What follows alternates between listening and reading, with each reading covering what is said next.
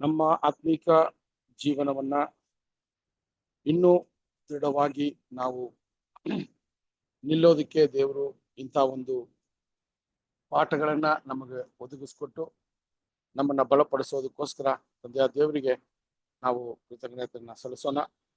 ಈ ದಿನದಲ್ಲೂ ಕೂಡ ಈ ಒಂದು ಪಾಠವನ್ನ ಸತತವಾಗಿ ಕೇಳೋದಕ್ಕೆ ನಿಮ್ಮ ಒಂದು ಪ್ರಯತ್ನಗಳು, ನೀವು ಬರುವಂತ ಒಂದು ಈ ಒಂದು ಪಾಠಗಳನ್ನ ಸರಿಯಾದ ಸಮಯಕ್ಕೆ ಬಂದು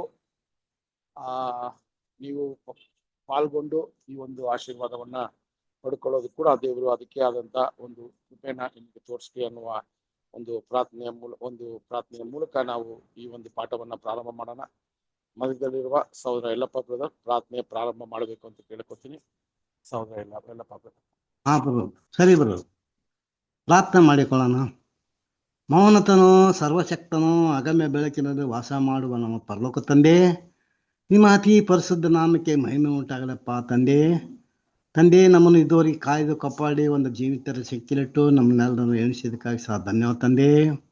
ಹೌದಪ್ಪ ತಂದೆ, ಅಲ್ಪರು ಅಯೋಗ್ಯರು ಯಾವ ಕೆಲಸಕ್ಕೆ ಬಾರದ ನಮ್ಮನ್ನು ಲೋಕದಿಂದ ಆಯ್ದುಕೊಂಡು ಒಂದು ಚಿಕ್ಕ ಗುಂಪಾಗಿ ಕೂಡಿಸಿ ತಂದೆ, ಪ್ರತಿದಿನ ನೀನು ಆದುಕೊಂಡ ದಾಸರ ಮುಖಾಂತರವಾಗಿ ನಮಗೆ ಸತ್ಯವಾಕ್ಯವನ್ನು ಕೊಡ್ತಿದ್ದಕ್ಕಾಗಿ ಧನ್ಯವಾದ ತಂದೆ.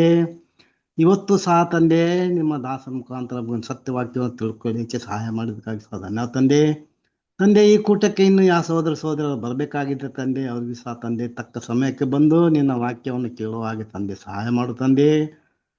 ಆದಾದರೆ ನಿನ್ನ ವಾಕ್ಯವನ್ನು ತಿಳಿಸುವಂತ ಸಹೋದರಕ್ಕೋಸ್ಕರ, ಅವರ ಕುಟುಂಬಕ್ಕೋಸ್ಕರ ಸಹ ಬೇಡ್ಕೊಂತಾರೆ ತಂದೆ. ನಿಮ್ಮ ಪವಿತ್ರ ಆತ್ಮನ ಸಹಾಯದಿಂದ ನಮ್ಮೆಲ್ಲರಿಗೆ ನಿನ್ನ ವಾಕ್ಯವನ್ನು ತಿಳಿಸುವ ಹಾಗೆ ತಂದೆ ಸಹಾಯ ಮಾಡು ತಂದೆ. ಆ ವಾಕ್ಯವನ್ನು ನಾವೆಲ್ಲರೂ ಕೇಳಿ ವಾಕ್ಯದ ಪ್ರಕಾರ ತಂದೆ ನಮ್ಮನ್ನು ನಾವು ಸರಿಪಡಿಸಿಕೊಂಡು ತಂದೆ ನಿಮ್ಮ ಚಿತ್ತಕ್ಕನುಸಾರವಾಗಿ ನಡೀಲಿಕ್ಕೆ ನಮ್ಮೆಲ್ಲರಿಗೆ ಸಹಾಯ ಮಾಡು ತಂದೆ. ಮತ್ತು ನಾಳೆ ಒಂದು ದಿವಸ ನಡೆಯುವಂತ ಮೀಟಿಂಗ್ಗೋಸ್ಕರ ಕನ್ವೆನ್ಷನ್ಗೋಸ್ಕರ ಸಹ ಬೇಡ್ಕೊಂತೇನೆ ತಂದೆ.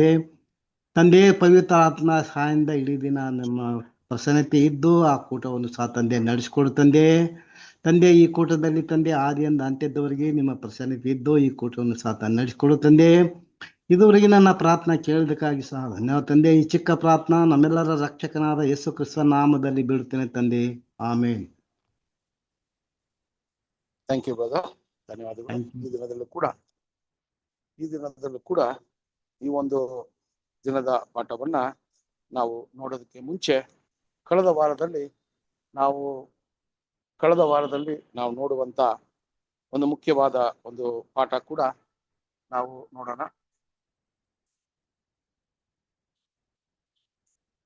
ಸಹೋದರರೇ, ಈ ದಿನದಲ್ಲಿ ಕಳೆದ ವಾರ ನಾವು ನೋಡಿದಂತ ವಿಷಯಗಳನ್ನ ಸ್ವಲ್ಪ ಮೆಲ್ಕಾಕಿದಾಗ ಅಪೊಸ್ತಲ ಪೌಲ್ ಕಡೆಯ ಒಂದು ಆತನ ಒಂದು ಸಾಕ್ಷಿಯ ವಿಷಯದಲ್ಲಿ ಈ ಒಂದು ಅಪೊಸ್ತಲರ ಕಾರ್ಯಗಳ ಕಡೆಯ ಒಂದು ಭಾಗದಲ್ಲಿ ನಾವು ಇರೋದನ್ನ ನಾವು ನೋಡ್ತಾ ಇದ್ದೀವಿ. 25ನೇ ಅಧ್ಯಾಯದಲ್ಲಿ ನಾವು ಕಳೆದ ವಾರದಲ್ಲಿ ಅನೇಕ ವಿಷಯಗಳನ್ನ ನೋಡಿದ್ವಿ. ಈ 25ನೇ ಅಧ್ಯಾಯದಲ್ಲಿ ನಾವು ನೋಡಿದಾಗ ಅಪೊಸ್ತಲ ಪೌಲು ಸೆಸಾರಿಯಾ ಪಟ್ಟಣದಿಂದ ಯೆರೂಸಲೇಮ್ಗೆ ಬರುವಂತ ಒಂದು ಸನ್ನಿವೇಶ. ಆ ಯೆರೂಸಲೇಮ್ ಪಟ್ಟಣಕ್ಕೆ ಬಂದಾಗ ಅಲ್ಲಿ ಮತ್ತೆ ಆ ಒಂದು ಫೆಸ್ತಸ್ ಅನ್ನುವ ಒಬ್ಬ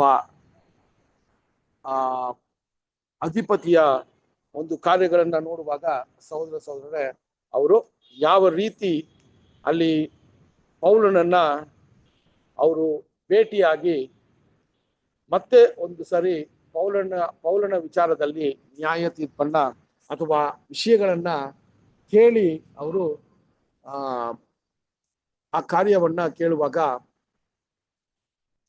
ಸೆಸಾರಿಯಾ ಪಟ್ಟಣದಲ್ಲಿ ಇದ್ದಂತ ಪೌಲನನ್ನ ಈಗ ಯಹೂದ್ಯರು ನೀವು ಅವ್ರನ್ನ ಇಲ್ಲಿ ಕರೆತಂದು ನಮ್ಮ ಮುಂದೆ ನ್ಯಾಯ ವಿಚಾರಣೆ ಮಾಡಬೇಕು ಅಂತ ಹೇಳುವಾಗ ಫೆಸ್ತಸ್ ಏನಂತ ಹೇಳ್ತಾರಂದ್ರೆ, ಸಹೋದರರೇ, ನಾನು ಈಗ ಸ್ವಲ್ಪ ಕಾಲ ಮಾತ್ರ ಯೆರೂಸಲೇಮಿಗೆ ಒಂದು ಭೇಟಿಯನ್ನ ಕೊಡೋದು ಬಂದಿದ್ದೀನಿ. ಅದಾದ ನಂತರ ನಾನು ಮತ್ತೆ ಸೆಸಾರಿಯಾ ಪಟ್ಟಣಕ್ಕೆ ಹಿಂದಿರುಗುತ್ತೀನಿ. ಆ ಸೆಸಾರಿಯಾ ಪಟ್ಟಣಕ್ಕೆ ಹಿಂದಿರುಗಿದಾಗ ನೀವು ಯಾರಾದರೂ ನನ್ನ ಸಂಗಡ ಬಂದು ಅಲ್ಲಿ ನ್ಯಾಯ ವಿಚಾರಣೆಯನ್ನ ಮಾಡೋದಕ್ಕೆ ನಾನು ಒಂದು ಅವಕಾಶವನ್ನ ಮಾಡಿಕೊಡ್ತೀನಿ ಅಂತ ಅಲ್ಲಿರುವಂತ ಯಹೂದ್ಯರಿಗೆ ಈ ವಿಷಯಗಳನ್ನ ತಿಳಿಸೋದನ್ನ ನಾವು ನೋಡ್ತೀವಿ ಸಹೋದರರೇ. ಸೊ ಆ ರೀತಿಯಲ್ಲಿ ನಾವು ನೋಡುವಾಗ ಸಹೋದರರೇ, ಅಲ್ಲಿ ಯಹೂದ್ಯರು ಯಾವ ಒಂದು ದೃಷ್ಟಿಯಿಂದ, ಯಾವ ಒಂದು ಉದ್ದೇಶದಿಂದ ಪೌಲನನ್ನ ಯೆರೂಸಲೇಮ್ ಪಟ್ಟಣಕ್ಕೆ ಕರೀರಿ ಅಂತ ಹೇಳಿದ್ರು ಅಂತ ನೋಡ್ಬೇಕಾದ್ರೆ ಸಹೋದರರೇ, ಅಲ್ಲಿ ಆತನನ್ನ ಯೆರೂಸಲೇಮ್ಗೆ ಕರೆತರುವಷ್ಟರಲ್ಲಿ ಆತನನ್ನ ಕೊಲ್ಲುವ ಒಂದು ಪ್ರಯತ್ನವನ್ನ ಅವ್ರು ಮಾಡಿದ್ರು ಅಂತ ಕೂಡ ನಾವು ನೋಡ್ತೀವಿ. ಆ ರೀತಿಯಲ್ಲಿ ನಾವು ನೋಡ್ಬೇಕಾದ್ರೆ ಸಹೋದರರೇ, ಆ ಒಂದು ವಿಚಾರವನ್ನ ನಾವು ನೋಡ್ಬೇಕಾದ್ರೆ ಆ ಕೊಲ್ಲುವ ಒಂದು ಪ್ರಯತ್ನವನ್ನ ಮಾಡುವಾಗ ಆ ಒಂದು ಉದ್ದೇಶದಿಂದಾನೇ ಪೌಲನನ್ನ ಅವರು ಯೆರೂಸಲೇಮ್ಗೆ ಕರೆತರಕ್ಕೆ ಹೇಳಿದ್ರು. ಆದ್ರೆ ಫೆಸ್ಟಸ್ ಏನ್ ಮಾಡ್ತಾರೆ ಅಂತ ನೋಡ್ಬೇಕಾದ್ರೆ ಸಹೋದರರೇ, ಅದನ್ನ ನಿರಾಕರಿಸಿ ಅವರು ಸೆಸಾರಿಯಾ ಪಟ್ಟಣಕ್ಕೆ ಬಂದು ಈ ನ್ಯಾಯ ತೀರ್ಪಿನ ವಿಚಾರವನ್ನ ನೋಡ್ರಿ, ಅಲ್ಲಿ ಮಾತನಾಡೋಣ ಅಂತ ಹೇಳಿ ಅವರು ಸೆಸಾರಿಯಾ ಪಟ್ಟಣಕ್ಕೆ 10 ದಿವಸದ ನಂತರ ಅವರು ಸೆಸಾರಿಯಾ ಪಟ್ಟಣಕ್ಕೆ ಹಿಂದಿರುಗ್ತಾರೆ. ಅಲ್ಲಿ ನಾವು ನೋಡುವ ವಿಷಯಗಳು, ಸೊ ಅಲ್ಲಿ ಆ ಒಂದು ನ್ಯಾಯ ವಿಚಾರಣೆ ನಡೆಯುವಾಗ ಸೆಸಾರಿಯಾ ಪಟ್ಟಣದಲ್ಲಿ ಪೌಲನನ್ನ ಕೇಳುವಾಗ ನಿನ್ನ ಪರವಾಗಿ ಏನು ವಿಷಯಗಳನ್ನ ನೀನು ಹೇಳೋದಕ್ಕೆ ಬಯಸ್ತೀಯಾ ಅಂತ ಹೇಳುವಾಗ ಪೌಲನು ತುಂಬಾ ಸ್ಪಷ್ಟವಾಗಿ ಒಂದು ವಿಷಯವನ್ನ ಹೇಳಿದ್ದನ್ನ ಕಳೆದ ವಾರದಲ್ಲಿ ನಾವು ನೋಡಿದ್ವಿ. ಏನಪ್ಪಾ ಹೇಳಿದ್ರು ಅಂತ ನೋಡ್ಬೇಕಾದ್ರೆ ಅಪೊಸ್ತಲರ ಕ್ರಿಯೆಗಳು 25ನೇ ಅಧ್ಯಾಯ 8ನೇ ವಚನವನ್ನು ನೋಡೋಣ. ಅಪೊಸ್ತಲರ ಕ್ರಿಯೆಗಳು 25ನೇ ಅಧ್ಯಾಯ 8ನೇ ವಚನ. ಪೌಲನು ಯಹೂದ್ಯರ ಧರ್ಮಶಾಸ್ತ್ರದ ವಿಷಯದಲ್ಲಾಗಲಿ, ದೇವಾಲಯದ ವಿಷಯದಲ್ಲಾಗಲಿ, ಚಕ್ರವರ್ತಿಯ ವಿಷಯದಲ್ಲಾಗಲಿ ನಾನು ಯಾವ ತಪ್ಪನ್ನು ಮಾಡಲಿಲ್ಲ ಎಂದು ಪ್ರತ್ಯುತ್ತರ ಹೇಳಿದನು. ನೋಡ್ರಿ, ತುಂಬಾ ಕ್ಲಿಯರ್ ಆಗಿ ಒಂದು ವಿಷಯವನ್ನ ಪೌಲನು ಸ್ಪಷ್ಟವಾಗಿ ಹೇಳ್ತಾರೆ. ನನ್ನ ವಿರುದ್ಧವಾಗಿ ಯಹೂದ್ಯರು ಕೊಡುವಂತ ಅನೇಕ ವಿಷಯಗಳು ಯಾವ ರೀತಿಯಲ್ಲಿ ನಾನು ತಪ್ಪು ಮಾಡಿದ್ದೀನಿ ಅಂತ ಹೇಳ್ಬೇಕಾದ್ರೆ ಅವ್ರು ಹೇಳ್ತಾರೆ, ನಾನು ಇವರ ಧರ್ಮಶಾಸ್ತ್ರದ ವಿರುದ್ಧವಾಗಿನೋ ಅಥವಾ ಯಹೂದ್ಯರ ವಿರುದ್ಧವಾಗಿನೋ ಅಥವಾ ದೇವಾಲಯದ ವಿರುದ್ಧವಾಗಿನೂ ನಾನು ಯಾವುದೇ ರೀತಿಯ ಒಂದು ವಿಷಯವನ್ನ ನಾನು ವ್ಯಕ್ತಪಡಿಸಿಲ್ಲ ಅಂತ ಸ್ಪಷ್ಟವಾಗಿ ಹೇಳ್ತಾರೆ. ಸೊ ಇದು ಬಿಟ್ಟು ಬೇರೆ ಏನು ವಿಚಾರದಲ್ಲಿ ಇವರಿಗೆ ನನ್ನ ಮೇಲೆ ಒಂದು ವೈರತ್ವ ಇದೆ ಅಂತ ಅಲ್ಲಿ ಕೇಳುವಂತ ಒಂದು ಕಾರ್ಯವನ್ನ ಅವರು ಸ್ಪಷ್ಟವಾಗಿ ಹೇಳಿದಾಗ ಸಹೋದರರೇ, ಅಲ್ಲಿ ನಾವು ನೋಡುವಾಗ ಈ ಒಂದು ರೋಮಾಪುರಿಯ ಶತಾಧಿಪತಿಗಳು, ಷಷ್ಠಾಧಿಪತಿಗಳು ಅಲ್ವಾ, ಅಥವಾ ಗವರ್ನರ್ಗಳು, ಇವರೆಲ್ಲ ಯಾವ ರೀತಿ ಅವರ ಸ್ಥಾನಮಾನವನ್ನ ಉಳಿಸ್ಕೋತಾ ಇದ್ರು ಅಂತ ನೋಡ್ಬೇಕಾದ್ರೆ, ವಿಶೇಷವಾಗಿ ಯಹೂದ್ಯರು ಇರುವಂತ ಪಟ್ಟಣಗಳಲ್ಲಿ ಇವರು ಈ ರೀತಿಯ ಒಂದು ಪ್ರಾಮುಖ್ಯವಾದ ಒಂದು ಸ್ಥಾನದಲ್ಲಿರುವಾಗ ಇವರು ಯಹೂದ್ಯರನ್ನ ಸಂತೋಷ ಪಡಿಸಲು ಯಾವಾಗ್ಲೂ ಪ್ರಯತ್ನ ಪಡೋರು. ಯಾಕಂದ್ರೆ ಅವರ ಒಂದು ಹಿತವನ್ನ ಅಥವಾ ಅವರನ್ನ ಎದುರಿಸ್ಕೊಂಡ್ರೆ ಇವರು ಮತ್ತೆ ಆ ಒಂದು ಸ್ಥಾನಮಾನದಲ್ಲಿ ಉಳಿಯೋದಿಕ್ಕೆ ಕಷ್ಟ ಆಗ್ಬಿಡ್ತಾ ಇತ್ತು.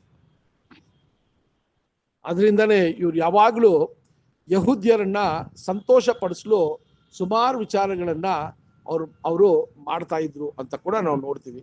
ಇದು ಕಾಲಕ್ರಮೇಣ ನೀವು ಯೇಸು ಸ್ವಾಮಿಯ ಒಂದು ಜೀವನ ಅಲ್ಲಿಂದ ನೀವು ನೋಡಿದಾಗ, ಯೇಸು ಸ್ವಾಮಿ ಇದ್ದಂಥ ದಿನಗಳಲ್ಲೂ ಕೂಡ ನೀವು ನೋಡಿದಾಗ, ಅದಾದ ನಂತರ ಈಗ ಅಪೊಸ್ತಲರ ದಿವಸಗಳಲ್ಲಿ ಕೂಡ ನೀವು ನೋಡಿದಾಗ ಇದೇ ರೀತಿಯ ಒಂದು ವಿಷಯವನ್ನ ರೋಮಾಪುರಿಯ ಅರಸರು ಅಥವಾ ರೋಮಾಪುರಿಯ ಒಂದು ಆಳ್ವಿಕೆ ಮಾಡುವಂತ ಒಂದು ನಾಯಕರುಗಳು ಈ ಪದ್ಧತಿಯನ್ನ ಅವರು ಸತತವಾಗಿ ಪ್ರಾಕ್ಟೀಸ್ ಮಾಡ್ತಾ ಇದ್ರು. ಇದೇ ವಿಷಯವನ್ನ ಈ ಒಂದು ಷಷ್ಠಾಧಿಪತಿ ಅಥವಾ ಗವರ್ನರ್ ಆಗಿರುವಂತ ಫೆಸ್ಟಸ್ ಕೂಡ ಇದನ್ನೇ ಮಾಡ್ತಾರೆ. 29ನೇ ವಚನ ಓದೋಣ. ಅದರಲ್ಲಿ 25ನೇ ಅಧ್ಯಾಯ 29ನೇ ವಚನ.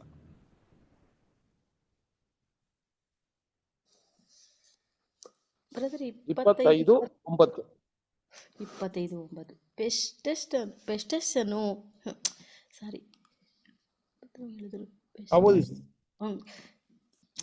ಫೆಸ್ಟಸನು ಯಹೂದ್ಯರ ಪ್ರೀತಿಯನ್ನು ಸಂಪಾದಿಸಿಕೊಳ್ಳಬೇಕೆಂದು ಅಪೇಕ್ಷಿಸಿ ಪೌಲನನ್ನು, ನೀನು ಯೆರೂಸಲೇಮಿಗೆ ಹೋಗಿ ಅಲ್ಲಿಯೇ ಈ ಕಾರ್ಯಗಳ ವಿಷಯವಾಗಿ ನನ್ನ ಮುಂದೆ ವಿಚಾರಿಸಲ್ಪಡುವುದಕ್ಕೆ ನಿನಗೆ ಇಷ್ಟ ಉಂಟೋ ಎಂದು ಕೇಳಲು ಪೌಲನು, ನಾನು ಚಕ್ರವರ್ತಿಯ ನ್ಯಾಯಸ್ಥಾನದ ಮುಂದೆ ನಿಂತಿದ್ದೇನೆ. ನೋಡ್ರಿ, ಇಲ್ಲಿ ಕ್ಲಿಯರ್ ಆಗಿ ಈಗ ಏನ್ ಮಾಡ್ತಾರೆ ಅಂದ್ರೆ, ಈತನ ವಿರುದ್ಧವಾಗಿ ಹೇಳುವಂತ ಎಲ್ಲಾ ದೂರು ಕೂಡ ಈತನನ್ನ ಮರಣದಂಡನೆಯನ್ನ ವಿಧಿಸೋದಿಕ್ಕೆ ಯಾವುದೇ ರೀತಿಯ ನ್ಯಾಯವಾದ ಕಾರಣ ಇಲ್ಲ ಅಂತ ಈ ರೋಮಾಪುರಿಯ ಒಂದು ನಾಯಕರುಗಳಿಗೆ ಗೊತ್ತಿತ್ತು. ಆದರೆ ಇದನ್ನ ಯಹೂದ್ಯರಿಗೆ ಸ್ಪಷ್ಟವಾಗಿ ಅವರು ಯಾವುದೂ ತಪ್ಪು ಮಾಡಿಲ್ಲ ಅಂತ ಹೇಳಬೇಕಾದ್ರೆ, ಸಹೋದರರೇ, ಅವರು ಯಹೂದ್ಯರ ವಿರುದ್ಧವಾಗಿ ನ್ಯಾಯವನ್ನ ಕೊಟ್ಟಿಲ್ಲ ಅಥವಾ ಯಹೂದ್ಯರ ವಿರುದ್ಧವಾಗಿ ಅವರು ನ್ಯಾಯ ತೀರ್ಪನ್ನ ಕೊಟ್ಟರು ಅಂತೇಳಿ ಯಹೂದ್ಯರು ಅವರನ್ನ ನಿರಾಕರಿಸ್ತಾ ಇದ್ರು ಅಂತ ಕೂಡ ಒಂದು ಭಯ ಇತ್ತು. ಅದಕ್ಕೋಸ್ಕರನೇ ಅವ್ರು ಏನ್ ಮಾಡಿದ್ರು ಅಂದ್ರೆ, ಆ ಒಂದು ವಿಷಯವನ್ನ ತಪ್ಪಿಸ್ಕೊಳ್ಳಲು ಈಗ ಏನ್ ಮಾಡ್ತಾರೆ ಅಂದ್ರೆ, ಪೌಲನನ್ನೇ ಕೇಳ್ತಾರೆ. ಸರಿನಪ್ಪ, ಈಗ ನೀನು ಈ ವಿಷಯಗಳನ್ನ ಹೇಳ್ತಾ ಇದೀಯಾ, ನೀನು ಇದೇ ವಿಷಯಗಳನ್ನ ಯೆರೂಸಲೇಮಿಗೆ ಬಂದು ಅವರ ಮುಂದೆ ಇದನ್ನ ಹೇಳಕ್ಕೆ ನೀನು ಸಿದ್ಧನಾಗಿದ್ಯಾ ಅಂತ ಕೇಳ್ತಾರೆ. ಆವಾಗ ಪೌಲನು ಒಂದೇ ಮಾತು ಹೇಳ್ತಾರೆ, ಸೀಸರ್ ಆತನ ಒಂದು ನ್ಯಾಯ ಕೊಡುವಂತ ಸ್ಥಳ ಸೆಸಾರಿಯಾ ಪಟ್ಟಣದಲ್ಲೇ ಇದೆ, ಅದರಿಂದ ನಾನು ಇಲ್ಲೇ ಈ ನ್ಯಾಯಕ್ಕಾಗಿ ನಾನು ಹೋರಾಡ್ತೀನಿ ಅಂತ ಒಂದು ಮಾತನ್ನ ಅವ್ರು ಹೇಳೋದನ್ನ ನೋಡ್ತೀವಿ ಸಹೋದರರೇ. ಸೊ ಅದಾದ ನಂತರ ಈಗ ನಾವು ನೋಡುವಾಗ ಸಹೋದರರೇ, ನನ್ನನ್ನ ಸೀಸರ್ ಹತ್ರ ನೀವು ನ್ಯಾಯ ಕೊಡೋದಕ್ಕೆ ನನ್ನನ್ನ ಸೀಸರ್ ಹತ್ರ ಕಳಿಸ್ರಿ ಅಂತ ಅಲ್ಲಿ ಒಂದು ಆಹ್ವಾನವನ್ನ ಅಥವಾ ಒಂದು ರಿಕ್ವೆಸ್ಟ್ ನ ಮಾಡ್ಕೋತಾರೆ. ಆವಾಗ ಫೆಸ್ಟಸ್ ಏನ್ ಮಾಡ್ತಾರೆ ಅಂದ್ರೆ, ಈತನನ್ನ ಬಂದಿಖಾನೆಯಲ್ಲಿ ಇಟ್ಟು ಅಥವಾ ಇವ್ರನ್ನ ಸೆರೆಮನೆಯಲ್ಲಿ ಇಟ್ಟು, ನಾನು ತಕ್ಕಿನ ಸಮಯ ಬಂದಾಗ ನಾನು ಸೀಸರ್ ಹತ್ರ ನಿನ್ನನ್ನ ಕಳಿಸ್ತೀನಿ ಅಂತ ಹೇಳಿ ಆತನನ್ನ ಅಲ್ಲಿ ಇರಿಸ್ಕೋತಾರೆ ಸೆಸಾರಿಯಾ ಪಟ್ಟಣದಲ್ಲಿ. ಇಷ್ಟು ತನಕ ನಾವು ಕಳೆದ ವಾರದಲ್ಲಿ ಕೂಡ ನೋಡಿದ್ವಿ. ಸೊ ಈಗ ಏನಾಗ್ತಾ ಇದೆ ಅಂತ ನೋಡ್ಬೇಕಾದ್ರೆ, ಸ್ವಲ್ಪ ದಿನಗಳು ಆದ ನಂತರ, ಎಷ್ಟು ದಿವಸಗಳು ಆಯ್ತು ಅಂತ ಗೊತ್ತಿಲ್ಲ, ಆದ್ರೆ ಸ್ವಲ್ಪ ದಿನಗಳಾದ ನಂತರ ಈಗ ಏನಾಗತ್ತೆ ಅಂತ ನೋಡ್ಬೇಕಾದ್ರೆ, ಸಹೋದರರೇ, ಈಗ ಫೆಸ್ಟಸ್ಗೆ ಮೇಲಾಗಿ ಇರುವಂತ ಒಬ್ಬ ಅಧಿಕಾರಿ, ಆತನ ಹೆಸರು ಅಗ್ರಿಪ ಅನ್ನುವ ಒಬ್ಬ ಮನುಷ್ಯ, ಫೆಸ್ಟಸ್ಗಿಂತ ಮೇಲೆ ಸ್ಥಾನದಲ್ಲಿರುವಂತ ಒಬ್ಬ ನಾಯಕ, ಈತನು ಸೆಸಾರಿಯಾ ಪಟ್ಟಣಕ್ಕೆ ಈಗ ಬರ್ತಾರೆ. ಈ ಸೆಸಾರಿಯಾ ಪಟ್ಟಣಕ್ಕೆ ಈತನು ಬಂದಾಗ ಈಗ ಏನಾಗತ್ತೆ ಅಂತ ನಾವು ನೋಡಿದಾಗ, ಸಹೋದರರೇ, ಈ ಸೆಸಾರಿಯಾ ಪಟ್ಟಣದಲ್ಲಿ ಅವರು ಬಂದು ನಿಂತಾಗ ಅವರು ಆತನ ಪತ್ನಿಯ ಜೊತೆ ಆತನು ಸೆಸಾರಿಯಾ ಪಟ್ಟಣಕ್ಕೆ ಬರ್ತಾರೆ. ಸೊ ಇಲ್ಲಿ ನಾವು ನೋಡ್ಬೇಕಾದ್ರೆ ಸಹೋದರರೇ, ಇದನ್ನ ನಾವು ಎಲ್ಲಿ ಪ್ರಾರಂಭ ಮಾಡೋಣ ಇವತ್ತು ಅಂತ ನೋಡ್ಬೇಕಾದ್ರೆ, ಸಹೋದರರೇ, 25ನೇ ಅಧ್ಯಾಯ 13ನೇ ವಚನದಲ್ಲಿ ನೋಡ್ಬೋದು. 25ನೇ ಅಧ್ಯಾಯ 13ನೇ ವಚನ.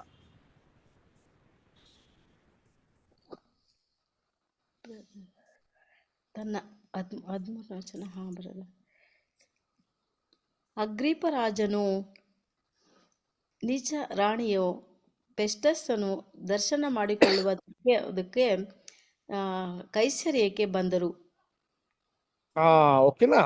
ಸೊ ಕೈಸರಿಯಕ್ಕೆ ಯಾರೀಗ ಬರ್ತಾರೆ ಅಂದ್ರೆ, ಫೆಸ್ಟನನ್ನ ನೋಡೋದಕ್ಕೆ ಆತನ ಮೇಲ್ ಅಧಿಕಾರಿ ಕೆಸಾರಿಯಾ ಪಟ್ಟಣಕ್ಕೆ ಬರ್ತಾರೆ. ಅವರು ಆತನ ಹೆಂಡತಿಯ ಜೊತೆ ಅಲ್ಲಿ ಬರೋದನ್ನ ನೋಡ್ತೀವಿ. ಆತನ ಪತ್ನಿಯ ಹೆಸರು ಬೆರ್ನೈಸ್ ಅನ್ನುವ ಒಬ್ಬಳು. ಸೊ ಇವರು ಈಗ ಏನ್ ಮಾಡ್ತಾರೆ ಅಂದ್ರೆ, ಫೆಸ್ಟಸ್ ಅನ್ನ ಆತನ ಪ್ರಾಂತ್ಯಕ್ಕೆ ಬರ್ತಾರೆ. ಸೆಸಾರಿಯಾ ಪಟ್ಟಣದಲ್ಲಿ ಆತನ ಪ್ರಾಂತ್ಯ ಇರೋದ್ರಿಂದ ಆ ಪ್ರಾಂತ್ಯಕ್ಕೆ ಅವರು ಬರ್ತಾರೆ. ಬಂದಾಗ ನಾವ್ ಏನ್ ನೋಡ್ತೀವಿ ಅಂದ್ರೆ, ಸಹೋದರರೇ, ಅಲ್ಲಿ ಅವ್ರನ್ನ ಬರಮಾಡಿಸ್ಕೊಂಡು ಫೆಸ್ಟಸ್ ಏನ್ ಮಾಡ್ತಾರೆ ಅಂದ್ರೆ, ಪೌಲನ ವಿಚಾರವನ್ನ ಈ ಅಗ್ರಿಪ ನಾಯಕನಿಗೆ ಈ ವಿಷಯವನ್ನ ಹೇಳ್ತಾರೆ.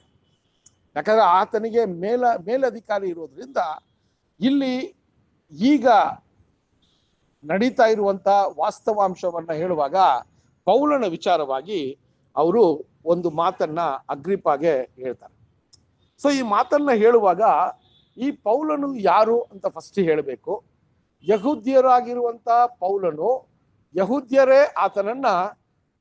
ಆತನ ಮೇಲೆ ದೂರನ್ನ ಕೊಟ್ಟು ಆತನನ್ನ ನೀವು ಮರಣದಂಡೆಗೆ ವಿಧಿಸ್ಬೇಕು ಅಂತ ಹೇಳಿರೋ ವಿಚಾರಗಳನ್ನ ಎಲ್ಲಾನು ಅಗ್ರಿಪ ರಾಜನಿಗೆ ತಿಳಿಸ್ತಾರೆ. ಇದನ್ನ ನಾವು ಎಲ್ಲಿ ನೋಡೋಣ ಅಂದ್ರೆ 25ನೇ ಅಧ್ಯಾಯ 14ರಿಂದ ಪ್ರಾರಂಭ ಮಾಡೋಣ. 25ನೇ ಅಧ್ಯಾಯ 14 ಮತ್ತೆ 15 ವಚನಗಳನ್ನ ಓದೋಣ. ಅವರು ಅನೇಕ ದಿವಸಗಳಲ್ಲಿ ನಿಂತಿರಲಾಗಿ ಫೆಸ್ತನು ಪೌಲನ ಸಂಗತಿಯನ್ನು ರಾಜನಿಗೆ ತಿಳಿಸಿ ಹೇಳಿದ್ದೇನೆಂದರೆ, ಫೆಲಿಕ್ಸನು ಬಿಟ್ಟು ಹೋದ ಒಬ್ಬ ಸೆರೆಯವನನ್ನು ಇದ್ದಾನೆ. ನಾನು ಸೆರೆಯವನು ಇದ್ದಾನೆ. ನಾನು ಯೆರೂಸಲೇಮಿನಲ್ಲಿದ್ದಾಗ ಯೆಹೂದ್ಯರ ಮಹಾಯಾಜಕರು, ಹಿರಿಯ ಸಭೆಯವರು ಅವನ ವಿಷಯವಾಗಿ ನನಗೆ ಫಿರ್ಯಾದಿ ಹೇಳಿ ಅವನಿಗೆ ವಿರುದ್ಧವಾಗಿ ತೀರ್ಪು ಆಗಬೇಕೆಂದು ಬೇಡಿಕೊಂಡರು. ಈಗ ಅಗ್ರಿಪ್ಪನಿಗೆ ಒಂದು ವಿಚಾರವನ್ನ ಅವರು ತಲುಪಿಸ್ತಾರೆ. ಏನಂದ್ರೆ, ನನಗೆ ಮುಂದೆ ಇದ್ದಂತ ಅಧಿಕಾರಿಯಾಗಿದ್ದಂತ ಫೆಲಿಕ್ಸನು ಒಬ್ಬ ವ್ಯಕ್ತಿಯನ್ನ ಸೆರೆಮನೆಯಲ್ಲಿ ಇಟ್ಟೋಗಿದ್ದಾರೆ. ಆ ವ್ಯಕ್ತಿಯ ಒಂದು ಹಿನ್ನೆಲೆ ಅಥವಾ ಆತನ ಏನಕ್ಕೋಸ್ಕರ ಸೆರೆಮನೆಯಲ್ಲಿ ಇದ್ದಾನೆ ಅಂತ ನೋಡ್ಬೇಕಾದ್ರೆ ಸಹೋದರರೇ ಅವ್ರು ಹೇಳ್ತಾರೆ, ನಾನು ಸೆಸಾರಿಯಾ ಪಟ್ಟಣದಿಂದ ನಾನು ಯೆರೂಸಲೇಮಿಗೆ ಭೇಟಿ ಕೊಡಲು ಹೋದಾಗ ಅಲ್ಲಿ ಇರುವಂತ ಪ್ರಧಾನ ಯಾಜಕರು ಮತ್ತೆ ಅಲ್ಲಿರುವಂತ ಮುಖ್ಯ ವ್ಯಕ್ತಿಗಳು ಈತನ ವಿರುದ್ಧವಾಗಿ ನನಗೆ ದೂರು ಕೊಟ್ಟರು.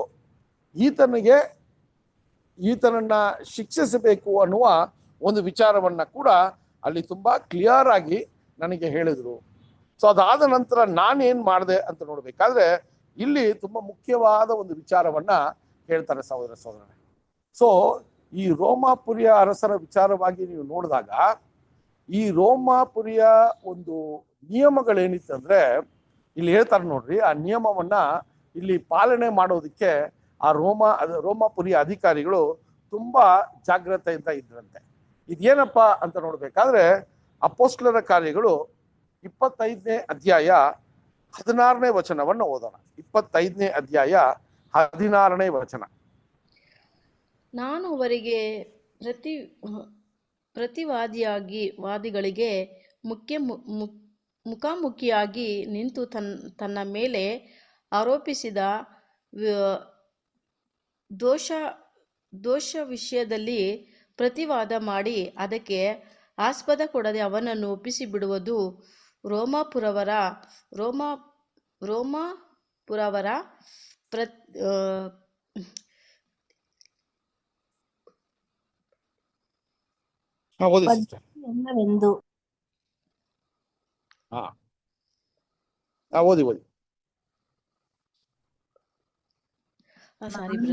ನಾನು ಅವರಿಗೆ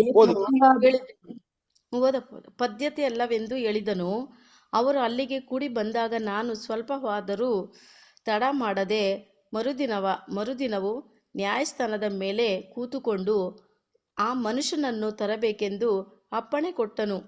ತಪ್ಪು ಹೊರಿಸುವವರು ನೋಡ್ರಿ, ಇಲ್ಲಿ ತುಂಬಾ ಮುಖ್ಯ ಏನು ಅಂದ್ರೆ ಸಹೋದರರೇ, ಅವ್ರು ಈ ವಿಷಯವನ್ನ ಹೇಳುವಾಗ ಒಂದು ಕಾರ್ಯವನ್ನ ಹೇಳ್ತಾರೆ. ಈ ವ್ಯಕ್ತಿ ಸೆರೆಮನೆಯಲ್ಲಿ ಇರೋದಕ್ಕೆ ಕಾರಣ ಏನು ಅಂತ ಗೊತ್ತಿಲ್ಲ ನನಗೆ, ಆದರೆ ಫೆಲಿಕ್ಸನು ಈ ವ್ಯಕ್ತಿಯನ್ನ ಸೆರೆಮನೆಯಲ್ಲಿ ಇಟ್ಟೋಗಿದ್ದಾರೆ. ನಾನು ಯೆರೂಸಲೇಮಿಗೆ ಹೋದಾಗ ಈ ವ್ಯಕ್ತಿಯ ಬಗ್ಗೆ ಅವರ ಜನರಾಗಿರುವಂತ ಯಹೂದ್ಯರು ಒಂದು ದೂರನ್ನ ಕೊಟ್ರು. ಆ ದೂರಲ್ಲಿ ಏನಂತ ಹೇಳಿದ್ರಂದ್ರೆ, ಈತನು ಬದುಕೋದಿಕ್ಕೆ ಅರ್ಹತೆ ಇಲ್ಲದೆ ಇರೋನಾಗಿರೋದ್ರಿಂದ ಇವನ್ನ ಕೊಲ್ಲಬೇಕು, ಈತನಿಗೆ ಮರಣದಂಡೆ ವಿಧಿಸ್ಬೇಕು ನೀವು ಅಂತ ಒಂದಷ್ಟು ದೂರನ್ನ ಕೊಟ್ರು. ಆದರೆ ಅಲ್ಲಿ ತುಂಬಾ ಸ್ಪಷ್ಟವಾಗಿ ಹೇಳ್ತಾರೆ, ನಾನು ರೋಮಾಪುರಿಯ ಅಧಿಕಾರಿಯಾಗಿರೋದ್ರಿಂದ ರೋಮಾಪುರಿಯ ಒಂದು ನಿಯಮ ಏನು ಅಂತ ನೋಡ್ಬೇಕಾದ್ರೆ, ಯಾರ ವ್ಯಕ್ತಿಯ ಮೇಲೆ ದೂರು ಹೇಳ್ತಾರೋ ಆತನು ಮತ್ತೆ ದೂರು ಹೇಳುವ ವ್ಯಕ್ತಿ ಇಬ್ಬರು ಮುಖಾಮುಖಿಯಾಗಿ ಈ ವಿಷಯಗಳನ್ನ ಅವರು ನಿಂತು ಮಾತನಾಡಿದ್ರೆ ಮಾತ್ರ ನಾವು ಸರಿಯಾದ ಒಂದು ತೀರ್ಪನ್ನ ಕೊಡೋದಕ್ಕೆ ನಮ್ಮ ನಿಯಮ ಹೇಳ್ತದೆ. ನೋಡಿ ಎಂತ ಒಂದು ವಿಷಯ. ರೋಮಾಪುರಿಯ ಅರಸರನ್ನ ಅಥವಾ ರೋಮಾಪುರಿಯ ರಾಜರನ್ನ ನಾವು ಹಿನ್ನೆಲೆಯನ್ನ ನೋಡುವಾಗ ತುಂಬಾ ಕಠೋರವಾದವರು, ತುಂಬಾ ಕ್ರೂರಿಗಳು ಅಂತ ಹೇಳ್ತೀವಿ. ಆದರೆ ಅವರಲ್ಲೂ ಕೂಡ ಒಂದು ನಿಯಮವಿತ್ತು. ಆ ನಿಯಮ ಇಲ್ಲಿ ನೋಡಿದಾಗ ಅಲ್ಲಿ ಯಹೂದ್ಯ ನಾಯಕರು ಅಥವಾ ಅಲ್ಲಿರುವಂತ ಪ್ರಧಾನ ಯಾಜಕರು ಹೇಳಿದ್ದ ಮಾತ್ರಕ್ಕೆ ಇವರು ನಿರ್ಧಾರವನ್ನ ತಪ್ಪಾಗಿ ತಗೊಳ್ಳೋದು ಅಲ್ಲಿ ರೋಮಾಪುರಿಯ ಒಂದು ನಾಯಕರುಗಳಿಗೆ ಅದು ವಿರುದ್ಧವಾಗಿದ್ದು ಅಂತ ಹೇಳ್ತಾರೆ. ಇದು ಇವರ ನಿಯಮ. ಸೊ ಆ ನಿಯಮ ಅವರಲ್ಲಿ ಆ ನಿಯಮವನ್ನ ಪಾಲನೆ ಮಾಡೋದ್ರಿಂದ ಏನಂತ ಅವರು ಆ ನಿಯಮದಲ್ಲಿ ಹೇಳ್ತಾರೆ ಅಂದ್ರೆ, ಈಗ ದೂರು ಕೊಡುವಂತ ವ್ಯಕ್ತಿ ಮತ್ತೆ ದೂರು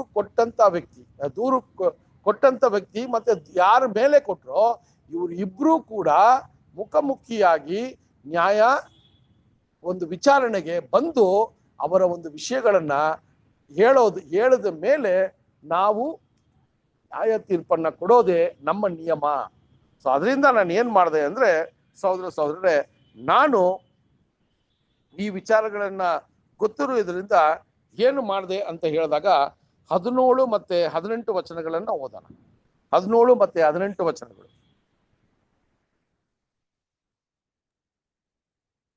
ಅವರು ಇಲ್ಲಿಗೆ ಕೂಡಿ ಬಂದಾಗ ನಾನು ಸ್ವಲ್ಪವಾದರೂ ತಡ ಮಾಡದೆ ಮರುದಿನವೇ ನ್ಯಾಯಸ್ಥಾನದ ಮೇಲೆ ಕೂತುಕೊಂಡು ಆ ಮನುಷ್ಯನನ್ನು ತರಬೇಕೆಂದು ಅಪ್ಪಣೆ ಕೊಟ್ಟೆನು.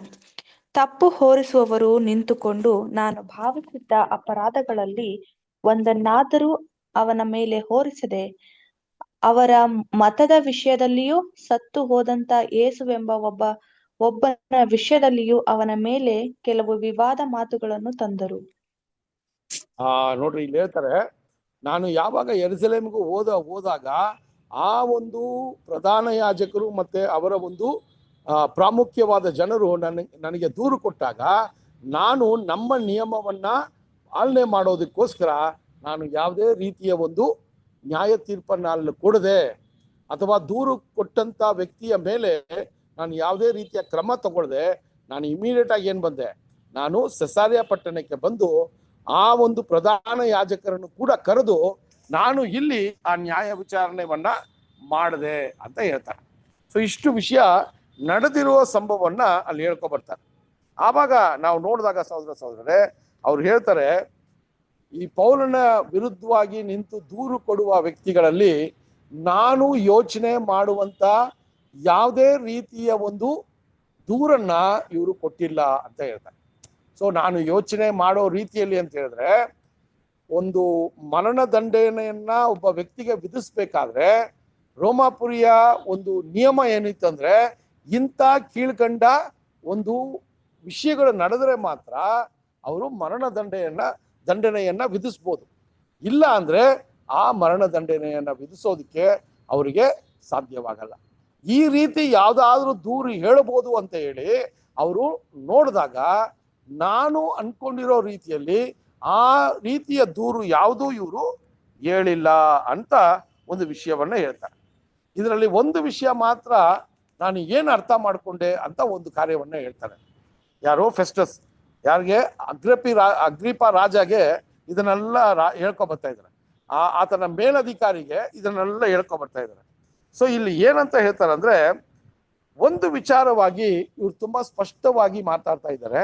ಏನು ಅಂದ್ರೆ, ಯೇಸು ಅನ್ನುವ ಒಬ್ಬ ವ್ಯಕ್ತಿ ಸತ್ತೋಗಿದ್ದಾರೆ, ಆದರೆ ಪೌಲನು ಅವರು ಬದುಕಿದ್ದಾರೆ ಅಂತ ಹೇಳ್ತಾ ಇದ್ದಾರೆ.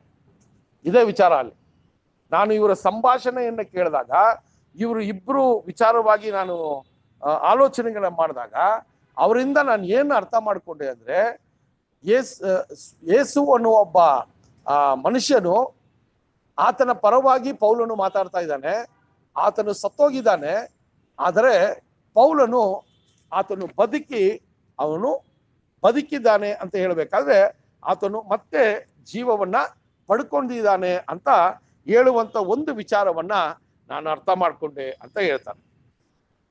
ಸೊ ಆಗ ಅದ ಹೇಳಿದ ನಂತರ ಸಹೋದರರೇ ನೀವು ನೋಡುವಾಗ ಅದರಲ್ಲೇ 20 ಮತ್ತೆ 21 ವಚನಗಳನ್ನು ಓದೋಣ. 20 ಮತ್ತೆ 21 ವಚನಗಳು.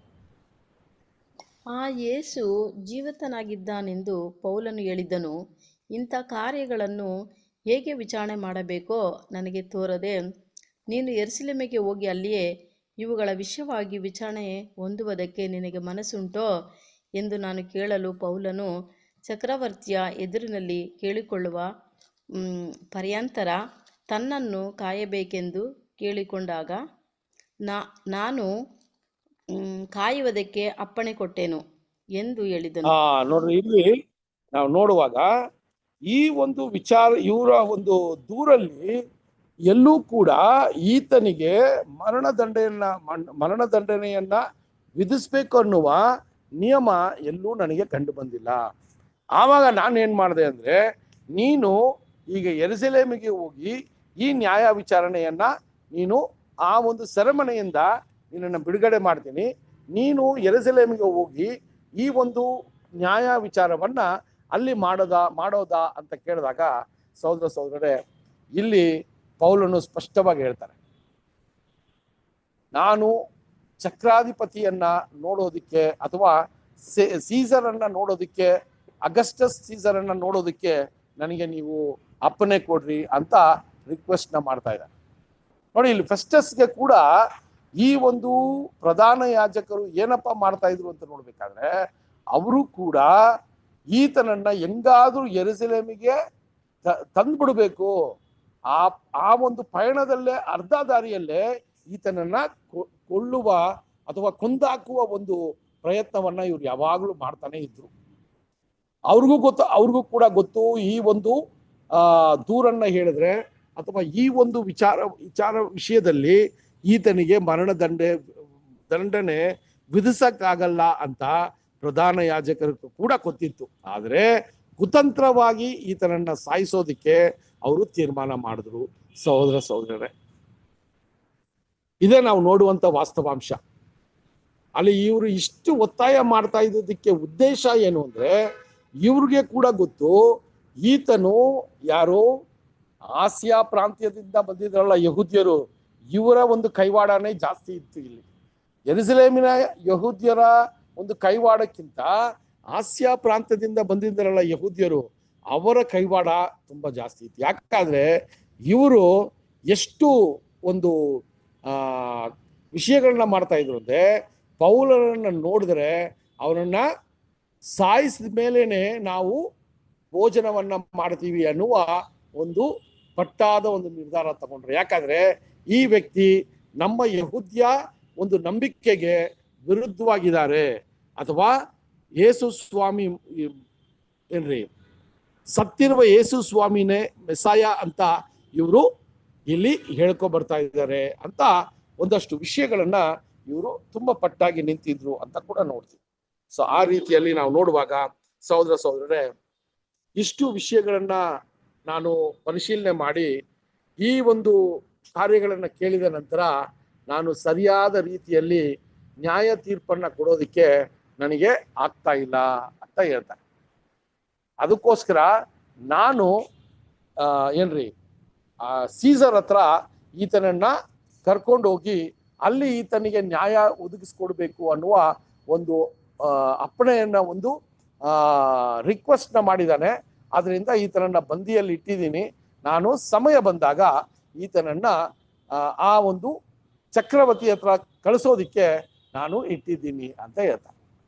ಇಷ್ಟು ಹೇಳಿದ ನಂತರ ಈಗ ಫೆಸ್ಟಸ್ ಹೇಳ್ತಾರೆ, ನೀವು ನನಗಿಂತ ಮೇಲಧಿಕಾರಿಯಾಗಿದ್ದೀರಾ, ಅದರಿಂದ ಒಂದು ವೇಳೆ ನೀವು ಈ ಒಂದು ನ್ಯಾಯ ವಿಚಾರಣೆಯನ್ನ ಮಾಡಿ ಈ ವ್ಯಕ್ತಿಯ ಮೇಲೆ ಏನಾದ್ರೂ ಒಂದು ತಪ್ಪು ಅಥವಾ ಕೊರತೆ ಇದ್ರೆ ಅದನ್ನ ನನಗೆ ಹೇಳಿದ್ರೆ ಈ ವಿಷಯಗಳನ್ನ ಬರೆದು ನಾನು ಚಕ್ರವರ್ತಿ ಹತ್ರ ಕಳಿಸಕ್ಕೆ ಸಾಧ್ಯ ಅಂತ ಹೇಳ್ತಾರೆ.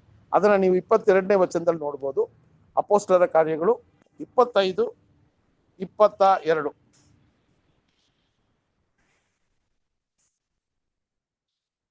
ಅಪೊಸ್ತಲರು 25-22. ಅದಕ್ಕೆ ಅಗ್ರಿಪ್ಪನು, ಆ ಮನುಷ್ಯನು ಹೇಳಿಕೊಳ್ಳುವುದನ್ನು ಕೇಳುವುದಕ್ಕೆ ನನಗೂ ಮನಸ್ಸಿದೆ ಎಂದು ಹೇಳಲು, ಫೆಸ್ತನನು ನಾಳೆ ಕೇಳಬಹುದು ಅಂದನು. ನೋಡ್ರಿ ಸಹೋದರರೇ, ಸೊ ಇಲ್ಲಿ ನಾವು ನೋಡುವಾಗ ಈಗ ಅಗ್ರಿಪ್ಪನು ಇಷ್ಟು ವಿಷಯಗಳನ್ನ ಕೇಳಿದ ನಂತರ ಆತನಿಗೂ ಕೂಡ ಒಂದು ಕುತೂಹಲ, ಏನು ಈ ರೀತಿಯ ಒಂದು ವಿಚಾರೆಯಲ್ಲಿ ನಾವು ನ್ಯಾಯ ತೀರ್ಪನ್ನ ಕೊಡಕ್ಕಾಗದೆ ಫೆಲಿಕ್ಸನು ಈತನನ್ನ ಬಂದಿಯಲ್ಲಿ ಇಟ್ಟು ಅಥವಾ ಸೆರೆಮನೆಯಲ್ಲಿ ಇಟ್ಟು ಹೋಗಿದ್ದಾನೆ. ಫೆಸ್ಟಸ್ ಕೂಡ ಈತನಿಗೆ ಒಂದು ತೀರ್ಪನ್ನ ಕೊಡಕ್ಕಾಗಿಲ್ಲ.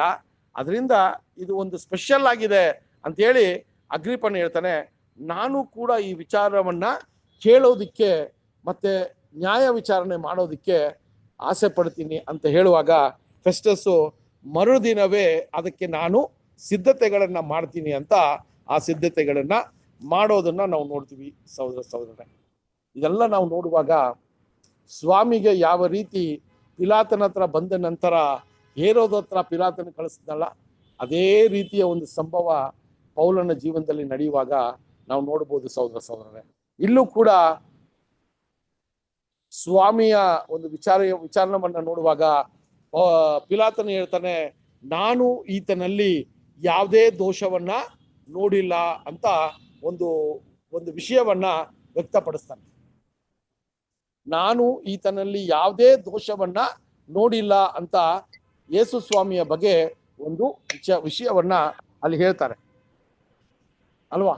ಸೊ ಆದ್ರೂ ಕೂಡ ಸಹೋದರರೇ, ಪಿಲಾತನಿಗೆ ಯಹೂದ್ಯರನ್ನ ಸಂತೋಷ ಪಡಿಸ್ಬೇಕು ಅಂತ ಹೇಳಿ ಆತನು ಯಾವುದೇ ರೀತಿಯ ಒಂದು ನ್ಯಾಯ ತೀರ್ಪು ಕೊಡದೆ ಆತನನ್ನ ಹೇರೋದ ಹತ್ರ ಕಳಿಸೋದನ್ನ ನಾವು ನೋಡ್ತೀವಿ.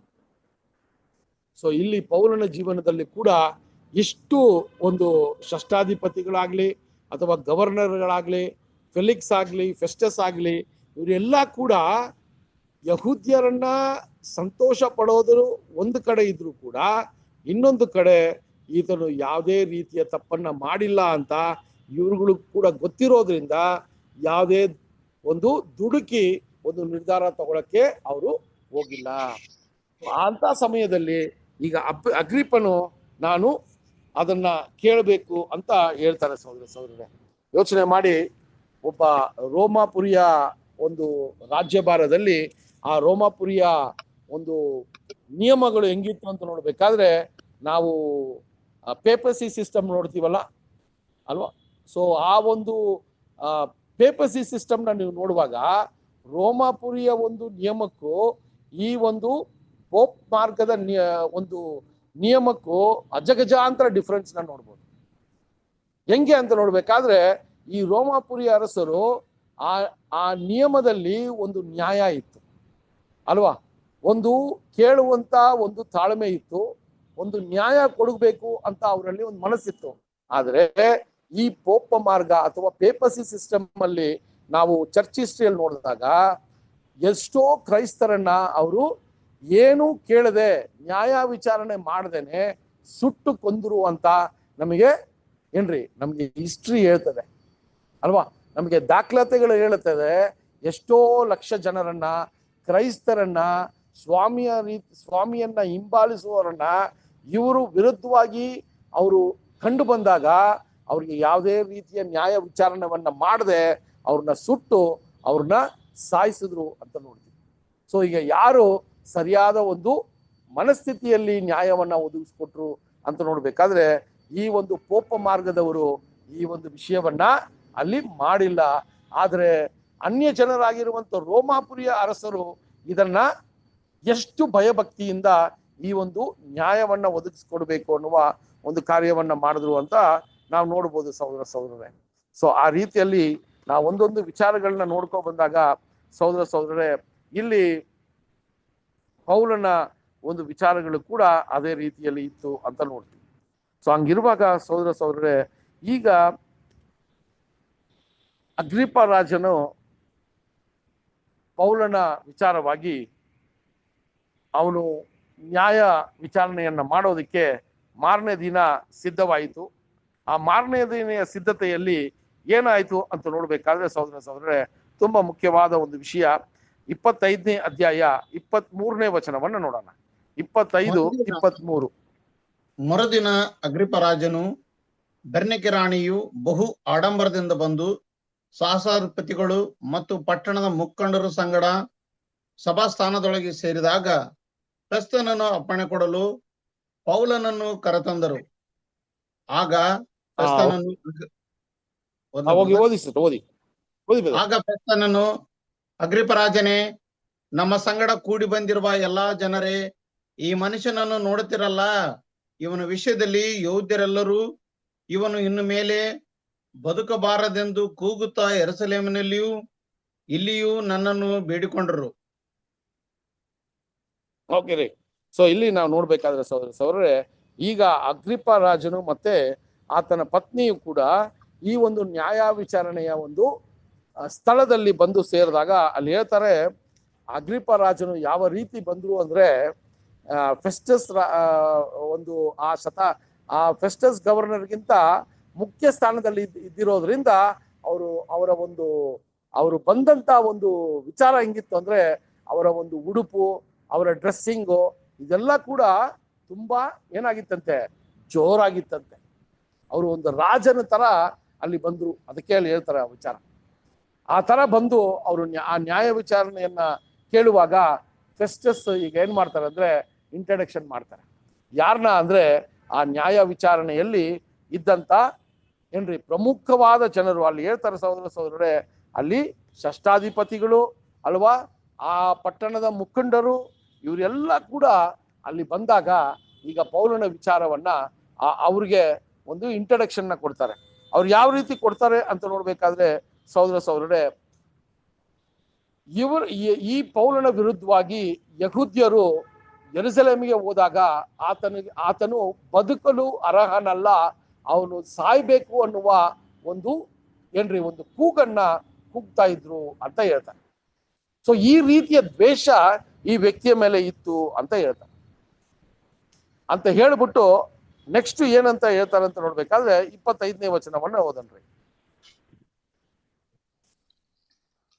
ಈ ಕಾರಣದೇನು ಇವನು ಮರಣದಂಡನೆಗೆ ಕಾರಣವಾದದ್ದೇನೂ ಮಾಡಲಿಲ್ಲವೆಂದು ನನಗೆ ಕಂಡು ಬಂತು. ತಾನೇ ಚಕ್ರವರ್ತಿಗೆ ವಿಜ್ಞಾಪನೆ ಮಾಡಿಕೊಳ್ಳುವುದರಿಂದ ಇವನನ್ನು ಕಳಿಸುವುದಕ್ಕೆ ತೀರ್ಮಾನಿಸಿದೆನು. ನೋಡ್ರ, ಅದು ತುಂಬಾ ಕ್ಲಿಯರ್ ಆಗಿ ಹೇಳ್ತಾರೆ ಸಹೋದರರೇ. ಏನಾಗತ್ತೆ ಅಂತ ನೋಡ್ಬೇಕಾದ್ರೆ ಇಲ್ಲಿ ಫೆಸ್ಟಸ್ ಕೂಡ ಇಷ್ಟು ನ್ಯಾಯ ವಿಚಾರಣೆ ಮಾಡಿದ ನಂತರ ಅವ್ರು ಹೇಳ್ತಾರೆ, ಈತನು ಮರಣದಂಡನೆಗೆ ಒಳಪಡಿಸುವ ಯಾವುದೇ ರೀತಿಯ ತಪ್ಪನ್ನ ಇವನು ಮಾಡಿಲ್ಲ. ಇವರು ಹೇಳುವ ದೂರು ಎಲ್ಲ ಕೂಡ ಮರಣದಂಡನೆಯನ್ನ ವಿಧಿಸುವಂತ ಪಾಪವನ್ನ ಯಾವುದೂ ಈತನು ಮಾಡಿಲ್ಲ ಅಂತ ಆ ರೋಮಾಪುರಿಯ ಅರಸನೇ, ಆ ರೋಮಾಪುರಿಯ ಒಂದು ನಾಯಕರೇ ಇದನ್ನ ಸ್ಪಷ್ಟಪಡಿಸ್ತಾರೆ. ಸೊ ಅದರಿಂದ ನಾನು ಈತನನ್ನ ನ್ಯಾಯ ವಿಚಾರಣೆಗೆ ಅಗಸ್ಟಸ್ ಅಥವಾ ಸೀಸರ್ ಮುಂದೆ ಈತನನ್ನ ನಾನು ಕರೆದೊಯ್ಬೇಕು ಅಂತ ನಾನು ನಿರ್ಧಾರ ಮಾಡಿದೆ ಅಂತ ಒಂದು ವಿಷಯವನ್ನ ಹೇಳ್ತಾರೆ ಸಹೋದರರೇ. ಸೊ ಅಲ್ಲಿ ಹೇಳ್ಬಿಟ್ಟು ಈಗ ಅಗ್ರಿಪ ರಾಜನಿಗೆ ಅಥವಾ ಅಗ್ರಿಪ ಆ ಒಂದು ಮೇಲಧಿಕಾರಿಗೆ ಒಂದು ರಿಕ್ವೆಸ್ಟ್ ನ ಮಾಡ್ತಾರೆ. ಏನ್ ರಿಕ್ವೆಸ್ಟ್ ಮಾಡ್ತಾರೆ ಅಂದ್ರೆ, ಓ ರಾಜನೇ, ಈಗ ನಾನು ಈ ಒಂದು ಕೇಸ್ನ, ಈ ಒಂದು ವಿಚಾರಣೆಯನ್ನ ಅಗಸ್ಟಸ್ ಸೀಸರ್ ಹತ್ರ ಅಥವಾ ಚಕ್ರವರ್ತಿ ಹತ್ರ ನಾನು ತಗೊಂಡೋಗ್ಬೇಕಾದ್ರೆ ಯಾವ್ದಾದ್ರೂ ನ್ಯಾಯವಾದ ಒಂದು ವಿಷಯ ಇವರ ವಿಷಯವಾಗಿ ನಾನು ಹೇಳಲೇಬೇಕು ಅಲ್ವಾ. ಯಾವ್ದಾದ್ರೂ ಒಂದು ವಿಷಯ ಇವನಿಗೆ ಸರಿಯಾದ ರೀತಿಯಲ್ಲಿ ನಾನು ಆ ವಿಚಾರಗಳನ್ನ ಹೇಳಿದ್ರೆ ಮಾತ್ರ ಆ ಒಂದು ನ್ಯಾಯ ವಿಚಾರಣೆಯಲ್ಲಿ ಚಕ್ರಾಧಿಪತಿಯು ಅದನ್ನ ಕೇಳೋದಿಕ್ಕೆ ಆಗತ್ತೆ. ನಾನು ಸುಮ್ನೆ ಈತನನ್ನ ಕರ್ಕೊಂಡು ಹೋಗಿ ಚಕ್ರಾಧಿಪತಿ ಹತ್ರ ನಿಲ್ಸಕ್ಕಾಗಲ್ಲ. ಅದನ್ನೇ ಹೇಳ್ತಾರೆ.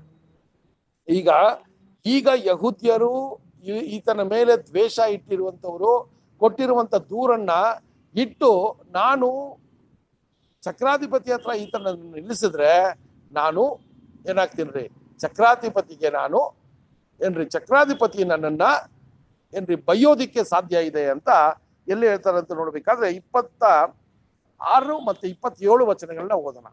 25ನೇ ಅಧ್ಯಾಯ 26 ಮತ್ತೆ 27 ವಚನಗಳು.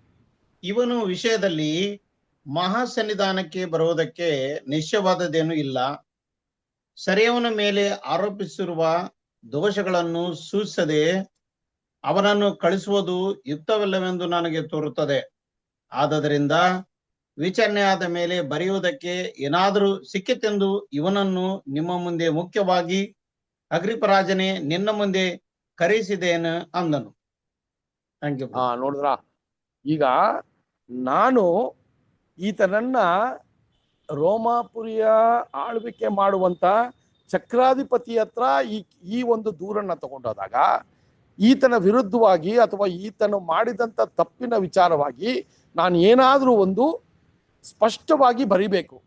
ಆ ಸ್ಪಷ್ಟವಾಗಿ ಬರೆಯೋದಿಕ್ಕೆ ನನಗೆ ಯಾವುದೇ ಒಂದು ವಿಚಾರ ಸಿಗ್ತಾ ಇಲ್ಲ. ಅದರಿಂದ ನೀವೇನಾದ್ರೂ ಈ ಒಂದು ನ್ಯಾಯ ವಿಚಾರಣೆಯನ್ನ ಮಾಡಿ ಈ ಯಾವ್ದಾದ್ರೂ ಒಂದು ವಿಷಯವನ್ನ ಬರೆದು ನಾನು ಏನ್ರಿ ಚಕ್ರಾಧಿಪತಿ ಹತ್ರ ಕಳಿಸೋದಿಕ್ಕೆ ಯಾವ್ದಾದ್ರೂ ಒಂದು ಏನ್ರಿ ವಿಚಾರಗಳು ಬೇಕು. ಯಾವುದೇ ವಿಚಾರ ಇಲ್ಲದೆ ನಾನು ಚಕ್ರಾಧಿಪತಿ ಹತ್ರ ಹೋದ್ರೆ ಅದು ತಪ್ಪಾಗ್ಬಿಡುತ್ತದೆ.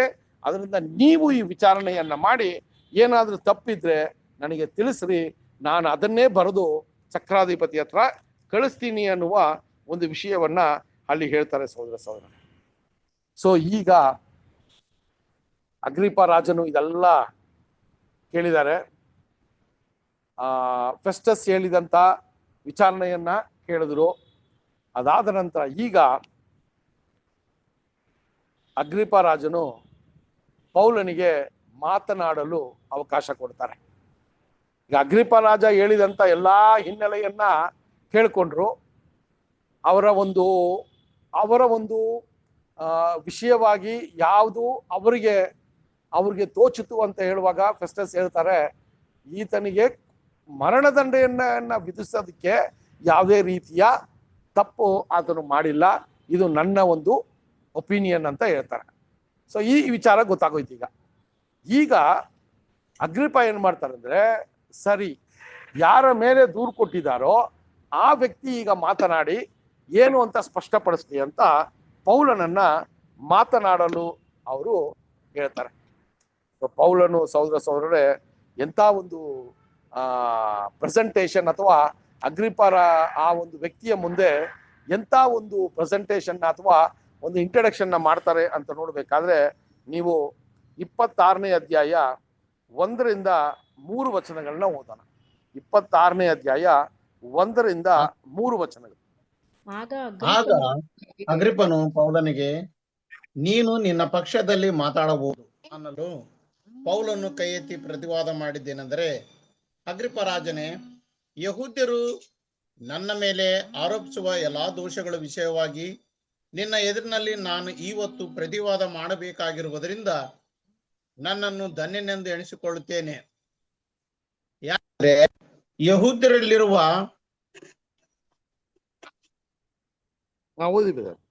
ಯಹೂದ್ಯರಲ್ಲಿರುವ ಎಲ್ಲಾ ಆಚಾರಗಳನ್ನು ವಿವಾದಗಳನ್ನು ನೀನು ಚೆನ್ನಾಗಿ ಬಲ್ಲವನಾಗಿರುತ್ತಿ. ನನ್ನ ಮಾತುಗಳನ್ನು ಸಹನದಿಂದ ಕೇಳಬೇಕೆಂದು ಬೇಡಿಕೊಳ್ಳುತ್ತೇನೆ. Thank you brother. ನೋಡ್ರಿ ಎಂತ ಪ್ರೆಸೆಂಟೇಷನ್ ಕೊಡ್ತಾರೆ ಅಂತ ನೋಡ್ಬೇಕಾದ್ರೆ ಸಹೋದರರೇ ಅಲ್ಲಿ ಹೇಳ್ತಾರೆ, ಅಗ್ರಿಪ ರಾಜನೇ, ನೀನು ನನ್ನ ಒಂದು ವಿಷಯಗಳನ್ನ ಕೇಳೋದಕ್ಕೆ ನೀನು ಮುಂದೆ ಬಂದಿದೀಯಾ ಅಂದ್ರೆ ನಾನು ತುಂಬಾ ಅದಕ್ಕೆ ಸಂತೋಷ ಪಡ್ತೀನಿ ಅಂತ ಹೇಳ್ತಾರೆ. ಸಹೋದರರೇ, ಯಹೂದ್ಯರು ಕೊಟ್ಟಿರುವಂತ ದೂರು ವಿಚಾರವಾಗಿ ನನ್ನ ಒಂದು ಮಾತುಗಳನ್ನ ಕೇಳೋದಿಕ್ಕೆ ನೀನು ದಯ ಮಾಡಿಸಿದ್ಯಾ ಅಂದ್ರೆ ಅದು ನನಗೆ ತುಂಬಾ ಒಂದು ಸಂತೋಷ ಉಂಟಾಗುವ ಒಂದು ವಿಷಯ ಅಂತ ಹೇಳ್ತಾರೆ. ಅದಾದ ನಂತರ ಇನ್ನೊಂದು ವಿಚಾರವನ್ನ ಹೇಳ್ತಾರೆ. ಏನು ಅಂದ್ರೆ, ಯಹೂದ್ಯರ ಸಂಪ್ರದಾಯಗಳು, ಯಹೂದ್ಯರ ಒಂದು ಕಸ್ಟಮ್ಸು, ಇದರ ಬಗ್ಗೆ ಎಲ್ಲ ನಿಮಗೆ ಅಧಿಕವಾಗಿ ಗೊತ್ತಿರೋದ್ರಿಂದ ನನ್ನ ಒಂದು ವಿಚಾರಗಳನ್ನ ನೀವು ತಾಳ್ಮೆಯಿಂದ ಕೇಳಬೇಕು ಅಂತ ನಿಮ್ಮ ಹತ್ರ ವಿನಂತಿ ಮಾಡ್ಕೋತೀನಿ ಅಂತ ಅಲ್ಲಿ ಒಂದು ವಿಚಾರವನ್ನ ಹೇಳ್ತಾರೆ ಸಹೋದರ. ಓಕೆನಾ?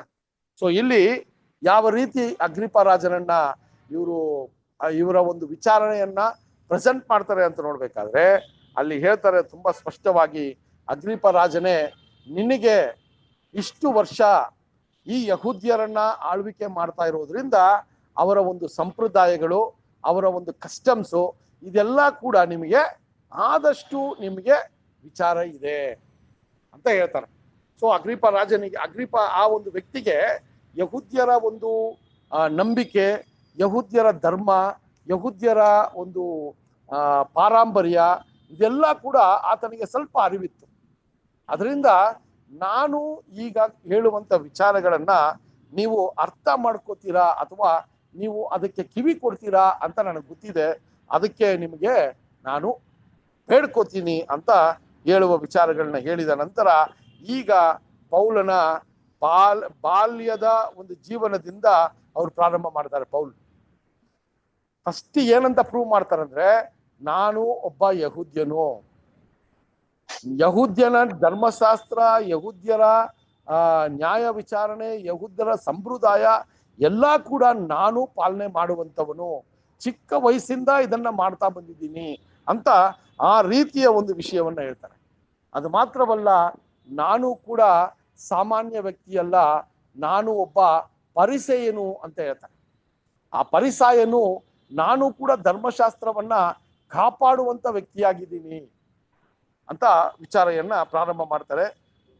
26ನೇ ಅಧ್ಯಾಯ 4ರಿಂದ 6 ವಚನಗಳನ್ನ ಓದೋಣ. 26ನೇ ಅಧ್ಯಾಯ 4ರಿಂದ 6 ವಚನಗಳು. ನಾನು ಮೊದಲಿಂದಲೂ ಯೆರೂಸಲೇಮಿನಲ್ಲಿ ನನ್ನ ದೇಶದ ಜನರೊಳಗಿದ್ದುಕೊಂಡು ಬಾಲ್ಯದಿಂದ ಬದುಕಿದ ಬಗೆಯು ಎಲ್ಲಾ ಯಹೂದ್ಯರಿಗೆ ತಿಳಿದದೆ. ನಮ್ಮ ಧರ್ಮದಲ್ಲಿ ಬಹು ಖಂಡಿತವಾದ ಮತವನ್ನನುಸರಿಸಿ ಪರಿಸಯನಾಗಿ ನಡ್ಕೊಂಡೇನೆಂದು ಪ್ರಾರಂಭದಿಂದಲೂ ಅವರು ಬಲ್ಲರು. ಸಾಕ್ಷಿ ಹೇಳುವುದಕ್ಕೆ ಅವರಿಗೆ ಮನಸ್ಸಿದ್ದರೆ ಹೇಳಬಹುದು. ಈಗಲೂ ದೇವರು ನಮ್ಮ ಪಿತೃಗಳಿಗೆ ಮಾಡಿದ ವಾಗ್ದಾನವು ನೆರವೇರುತ್ತೆಂಬ ನಿರೀಕ್ಷೆಯನ್ನು ಕುರಿತೇ ವಿಚಾರಿಸಲ್ಪಡುವನಾಗಿ ಇಲ್ಲಿ ನಿಂತಿದ್ದೇನೆ. ನಮ್ಮ 12 ಕುಲದವರು ಹಗಲಿರುಳು ಆಸಕ್ತಿಯಿಂದ ದೇವರನ್ನು ಸೇವಿಸ್ತಾ ಆ ವಾಗ್ದಾನದ ಫಲವನ್ನು ಹೊಂದುವುದಕ್ಕೆ ನಿರೀಕ್ಷಿಸ್ತಾ ಇದ್ದಾರೆ. ರಾಜ, ಆ ನಿರೀಕ್ಷೆಯ ವಿಷಯದಲ್ಲಿ ಯಹೂದ್ಯರು ನನ್ನ ಮೇಲೆ ದೋಷಾರೋಪಣೆ ಮಾಡುತ್ತಾರೆ ಎಂಬಂತದ್ದು. Thank you brother. ನೋಡ್ರಿ ಎಂತ ವಿಷಯಗಳನ್ನ ಹೇಳ್ತಾರಂದ್ರೆ, ಅವ್ರು ಹೇಳ್ತಾರೆ, ನಾನು ನನ್ನ ಒಂದು ಧರ್ಮದ ವಿಚಾರವಾಗಿ ನಾನು ಒಬ್ಬ ಯಹೂದ್ಯನಾಗಿ ನಾನು ನನ್ನ ಬಾಲ್ಯದಿಂದಲೇ ನನ್ನ ಒಂದು ಯೆರೂಸಲೇಮಲ್ಲಿ ನಾನು ನನ್ನ ಬದುಕನ್ನ ಪ್ರಾರಂಭ ಮಾಡಿದೆ ಅಂತ ಹೇಳ್ತಾರೆ. ಅದಾದ ನಂತರ ಹೇಳ್ತಾರೆ, ನಾನು ನನ್ನ ಧರ್ಮದ ವಿಚಾರಗಳಲ್ಲಿ ಒಬ್ಬ ಯಹೂದ್ಯರಲ್ಲಿ ಪ್ರಾಮುಖ್ಯವಾಗಿರುವಂತ ಒಂದು ವಿಚಾರಕ್ಕೆ ನಾನು ಸೇರಿದ್ದೀನಿ ಅಂತ ಹೇಳ್ತಾರೆ. ನಾನೊಬ್ಬ ಪರಿಸಾಯನಾಗಿದ್ದೀನಿ ಅಂತ ಆ ವಿಚಾರವನ್ನ ಹೇಳ್ತಾರೆ. ಸಹೋದರರೇ, ನಮ್ಮ ಪಿತೃಗಳು ಯಾವ ನಿರೀಕ್ಷೆ, ಯಾವ ಒಂದು ವಾಗ್ದಾನಕ್ಕೋಸ್ಕರ ಕಾಯ್ತಾ ಇದ್ರು, ಆ ವಾಗ್ದಾನದ ಬಗ್ಗೆನೇ ನಾನು ಇವರಿಗೆ ತಿಳಿಸ್ತಾ ಇದ್ದೀನಿ ಅಂತ ಹೇಳ್ತಾರೆ. ಸೊ ಯಾವ ವಾಗ್ದಾನ ಅಂದ್ರೆ, ಅಲ್ಲಿ ಮೆಸಯನು ನಮ್ಮನ್ನ ರಕ್ಷಿಸಲು ಬರ್ತಾನೆ ಅನ್ನುವ ಒಂದು ವಾಗ್ದಾನ ಯಹೂದ್ಯರಿಗೆ ದೇವರು ಆತನ ಪಿತೃಗಳ ಮೂಲಕ, ಪ್ರವಾದಿಗಳ ಮೂಲಕ ಕೊಟ್ಟಿದ್ದಾರೆ. ಆ ಒಂದು ವಿಚಾರವಾಗಿ ನಾನು ಇವರ ಮುಂದೆ ವಿಷಯಗಳನ್ನ ಮಾತನಾಡ್ತಿದ್ದೀನಿ ಅಂತ ಅಲ್ಲಿ ಹೇಳ್ತಾರೆ. ಸಹೋದರ ಅದು ಮಾತ್ರವಲ್ಲ, ನೀವು 7ನೇ ವಚನ ಕೂಡ ಓದೋಣ. 26:7. ನಮ್ಮ 12 ಕುಲದವರು ಹಗಲಿರುಳು ಆಸಕ್ತಿಯಿಂದ ದೇವರನ್ನು ಸೇವಿಸುತ್ತಾ ಆ ವಾಗ್ದಾನದ ಫಲವನ್ನು ಹೊಂದುವುದಕ್ಕೆ ನಿರೀಕ್ಷಿಸುತ್ತಾ ಇದ್ದಾರೆ. ನೋಡ್ರಿ ಸಹೋದರ, ಇಲ್ಲೂ ಕೂಡ ಕಂಟಿನ್ಯೂ ಮಾಡಿ ಸಿಸ್ಟರ್, ಕಂಟಿನ್ಯೂ ಮಾಡಿ. ರಾಜ, ಆ ನಿರೀಕ್ಷೆಯ ವಿಷಯದಲ್ಲಿ ಯಹೂದ್ಯರು ನನ್ನ ಮೇಲೆ ದೋಷಾರೋಪಣೆ ಮಾಡುತ್ತಾರೆ. ದೇವರು ಸತ್ತವರನ್ನು ಎಬ್ಬಿಸಿದ್ದು ನಂಬತಕ್ಕದ್ದಲ್ಲವೆಂದು ನೀವು ಯಾಕೆ ತೀರ್ಮಾನಿಸುತ್ತೀರಿ? ನಜರೇತಿನ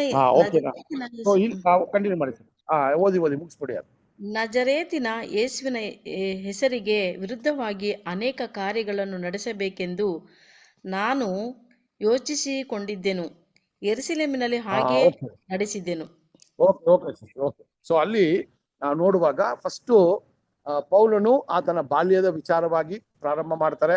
ಅದಾದ ನಂತರ ಆತನು ಯೌವನಸ್ಥನಾಗಿ ಅವನು ಬಂದಾಗ ಯಹೂದ್ಯರ ಪ್ರಾಮುಖ್ಯವಾಗಿರುವಂತ ಒಂದು ಪಂಗಡಕ್ಕೆ ಆತನು ಸೇರಿದವನಾಗಿದ್ರು.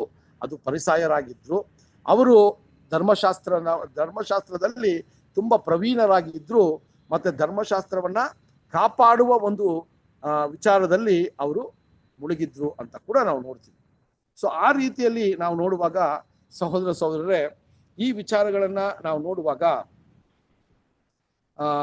ಆತನ ಪಿತೃಗಳು ಯಾವ ಒಂದು ನಿರೀಕ್ಷೆ, ಯಾವ ಒಂದು ವಾಗ್ದಾನಕ್ಕೆ ಅವರು ಕಾಯ್ತಾ ಇದ್ರೋ ಅದನ್ನೇ ನಾನು ಆ ರೀತಿಯಲ್ಲೇ ನಾನು ಕಾಯ್ತಾ ಇದ್ದೀನಿ ಅಂತ ಹೇಳ್ತಾರೆ. ಅದಾದ ನಂತರ 7ನೇ ವಚನದಲ್ಲಿ ಹೇಳ್ತಾರೆ, ನಮ್ಮ 12 ಗೋತ್ರಗಳು ಕೂಡ ದೇವರನ್ನ ಹಗಲು ರಾತ್ರಿ ಒಂದು ನಿರೀಕ್ಷೆಯಿಂದ ನಾವು ಸೇವೆ ಮಾಡ್ತಾ ಇದ್ದೀವಿ ಅಂತ ಹೇಳ್ತಾರೆ. ಸೇವೆ ಮಾಡ್ತೀನಿ ಅಂತ ಹೇಳುವಾಗ ಆ ರೀತಿಯ ವಿಚಾರಗಳನ್ನ ಹೇಳುವಾಗ ಸಹೋದರರೇ, ಅಲ್ಲಿ ಹೇಳ್ತಾನೆ, ನಾನು ಯಹೂದ್ಯರಿಂದ ಇದಕ್ಕೋಸ್ಕರ ನನ್ನ ವಿರುದ್ಧವಾಗಿ ಈ ದೂರು ಹೇಳುವಂತ ಕಾರ್ಯ ನಡೆದಿದೆ ಅಂತ ಹೇಳ್ತಾರೆ.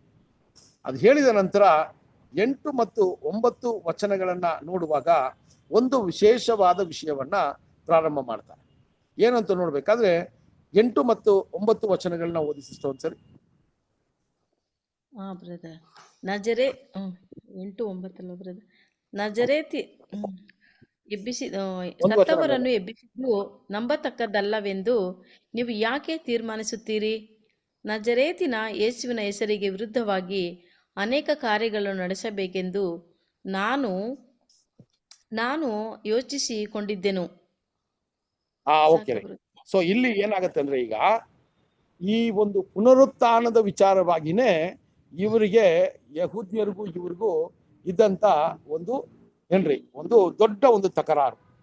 ಇವರು ಪುನರುತ್ಥಾನ ಇದೆ ಅಂತ ಸಾಬೀತುಪಡಿಸೋದಕ್ಕೆ ಇವರು ಪ್ರಯತ್ನ ಮಾಡ್ತಾ ಇದ್ರು. ಈ ಪುನರುತ್ಥಾನದ ವಿಚಾರವಾಗಿ ನಾವು ನೋಡ್ಬೇಕಾದ್ರೆ ಸಹೋದರರೇ, ಪ್ರಾರಂಭದಲ್ಲೇ ಪೌಲನು ಈ ಒಂದು ವಿಷಯವಾಗಿನೇ ಆ ಯಹೂದ್ಯರ ಮುಂದೆ ಅವರು ಹೇಳಿದಾಗ, ಯಹೂದ್ಯರು ಆ ಪುನರುತ್ಥಾನವನ್ನ ಒಂದು ವರ್ಗದವರು ಅದನ್ನ ನಂಬಿಲ್ಲ, ಆ ವರ್ಗದವರೇ ಪೌಲನ್ನ ಹಿಂಬಾಲಿಸ್ತಾ ಇದ್ರು ಅಂತ ನಾವು ನೋಡ್ತೀವಿ. ಸೊ ಅದನ್ನ ಇಲ್ಲಿ ಪ್ರಶ್ನೆ ಮಾಡ್ತಾರೆ. ಯಹೂದ್ಯರು ನನ್ನ ಧರ್ಮದವರು, ಸತ್ತಿರೋನು ಮತ್ತೆ ಆತನು ಪುನರುತ್ಥಾನವನ್ನ ಹೊಂದಲ್ಲ ಅಂತ ನೀವು ಯಾಕೆ ತೀರ್ಮಾನ ಮಾಡ್ತೀರಾ ಅನ್ನುವ ಒಂದು ವಿಷಯವನ್ನ ಅಲ್ಲಿ ಹೇಳ್ತಾರೆ. ಸೊ ಈ ಒಂದು ಪ್ರಶ್ನೆಯನ್ನ ಅವ್ರು ಹೇಳಿದ ನಂತರ, ಈ ಸತ್ತವರು ಪುನರುತ್ಥಾನ ಆಗಿದ್ದಾರೆ ಅಂತ ಯಾವ ರೀತಿ ನಾನು ನನ್ನ ಜೀವನದಲ್ಲಿ ಸಾಬೀತು ಮಾಡಬಹುದು ಅಂದ್ರೆ, ನಾನು ಕೂಡ ಈ ಯೇಸು ಅನ್ನುವ ಒಬ್ಬ ವ್ಯಕ್ತಿಯ ವಿಚಾರವಾಗಿ ನಾನು ಅನೇಕ ಕಾರ್ಯಗಳನ್ನ ನನ್ನ ಜೀವನದಲ್ಲಿ ಆತನ ವಿರುದ್ಧವಾಗಿ ಮಾಡಿದ್ದೀನಿ ಅಂತ ಪ್ರಾರಂಭ ಮಾಡ್ತಾನೆ. ನೋಡ್ರಿ, ಎಂತ ಒಂದು ವಿಚಾರ. ಈ ಯೇಸು ಸ್ವಾಮಿಯ ವಿಚಾರದಲ್ಲಿ ಈಗ ನಾನು ಏನು ಪರಿಸ್ಥಿತಿಯಲ್ಲಿ ಇದೀನೋ ಇದಕ್ಕೆ ತದ್ವಿರುದ್ಧವಾಗಿ ನಾನಿದ್ದೆ ಅಂತ ಪ್ರಾರಂಭ ಮಾಡ್ತಾರೆ ಅವರ ಒಂದು ವಿಷಯದಲ್ಲಿ. ಯೇಸು ಸ್ವಾಮಿಯ ಹೆಸರನ್ನು ಹೇಳೋರನ್ನ ಎಷ್ಟೋ ಜನನ್ನ ನಾನು ಕೊಂದಿದ್ದೀನಿ. ನಾನು ಆತನ ಹೆಸರು ಕೇಳಿದ ತಕ್ಷಣನೇ ನಾನು ಕೋಪಗೊಂಡೆ. ನಾನು ಅಂತ ಒಂದು ಆತನನ್ನು ನಂಬುದವ್ರನ್ನ ನಾನು ಎಷ್ಟೋ ಜನರನ್ನ ಸಾಯಿಸಿದ್ದೀನಿ ಅಂತ ಒಂದು ಪರಿಸ್ಥಿತಿಯಲ್ಲಿದ್ದೆ. ನನ್ನ ಒಳಗೆ ಏನಕ್ಕೆ ಈ ಒಂದು ಬದಲಾವಣೆ ಆಯ್ತು ಅಂದ್ರೆ, ಪುನರುತ್ಥಾನ ಆದ ಯೇಸು ಸ್ವಾಮಿ ನನ್ನ ಸಂಗಡ ಮಾತನಾಡಿದ್ರು ಅಂತ ಒಂದು ವಿಷಯವನ್ನ ಹೇಳ್ತಾರೆ. ಇದರ ಬಗ್ಗೆನೇ ಬರುವಂತ ಒಂದು ವಚನಗಳಲ್ಲಿ ಇದನ್ನ ಹೇಳ್ತಾರೆ. ಸೊ ದೇವರ ಚಿತ್ತ ಇದ್ರೆ ಬರುವಂತ ವಾರ ಈ ಒಂದು ಸಾಕ್ಷಿಯನ್ನ ಹೇಳ್ಕೊಬರ್ತಾ ಇದ್ದಾರೆ. ನಾನು ಪುನರುತ್ಥಾನವನ್ನ ನಂಬೋದಕ್ಕೆ ಕಾರಣವೇನು ಅಂತ ಅಲ್ಲಿ ಅಗ್ರಿಪ ರಾಜನಿಗೆ ಅವ್ರು ಹೇಳ್ಕೊಬರ್ತಾರೆ. ಇದು 26ನೇ ಅಧ್ಯಾಯ 10ರಿಂದ ಬರುವಂತ ವಾರದಲ್ಲಿ ದೇವರ ಚಿತ್ತ ಇದ್ರೆ ನಾವು ಇದನ್ನ ಪ್ರಾರಂಭ ಮಾಡೋಣ.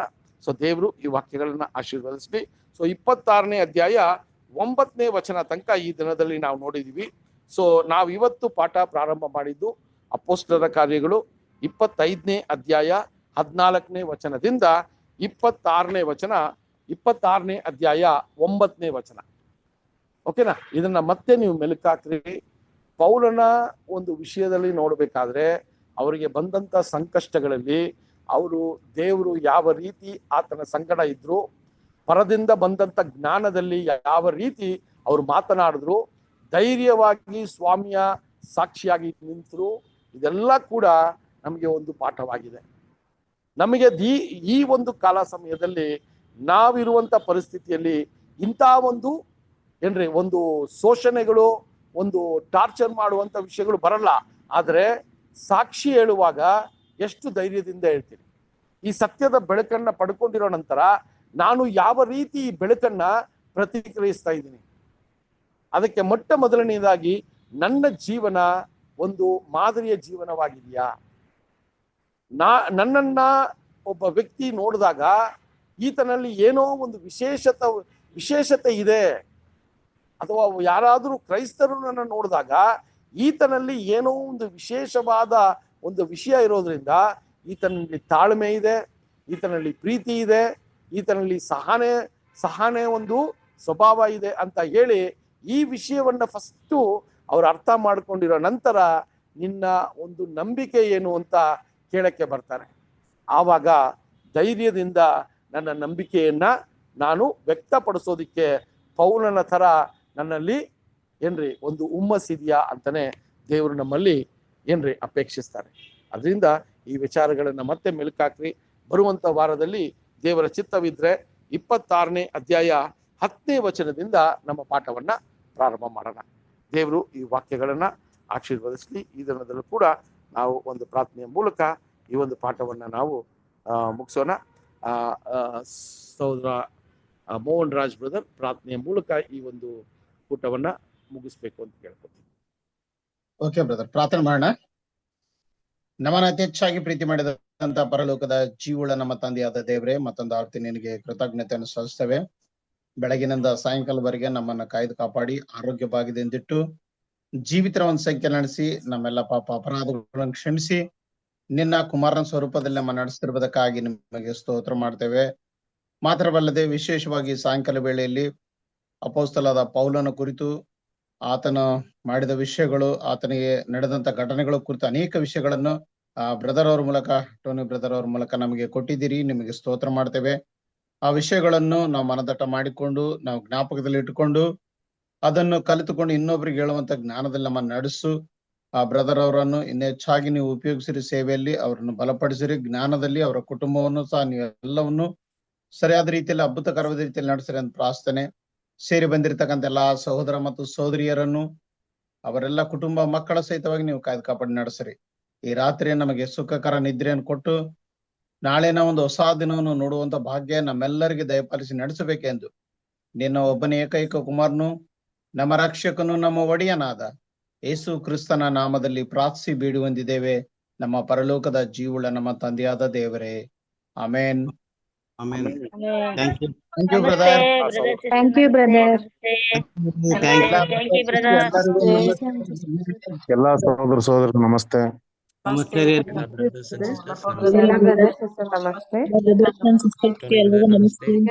ನಮಸ್ತೆ. Good night. ರಾಧಿಕಾ ಸಿಸ್ಟರ್ ನಮಸ್ತೆ. ನಮಸ್ತೆ ಸಿಸ್ಟರ್. ಬ್ರದರ್ ನಮಸ್ತೆ. ನಮಸ್ತೆ ರೀ. ನಮಸ್ತೆ ರೀ ಎಲ್ಲರಿಗೆ. Good night. Good night. ಎಲ್ಲಾ ಬ್ರದರ್ ಸಿಸ್ಟರ್ಗೆ ನಮಸ್ತೆ ರೀ. ನಮಸ್ತೆ ಸಿಸ್ಟರ್ ನಮಸ್ತೆ. ಎಲ್ಲಾರ್ಗೆ ನಮಸ್ತೆ. ಎಲ್ಲಾರ್ಗೆ ನಮಸ್ತೆ.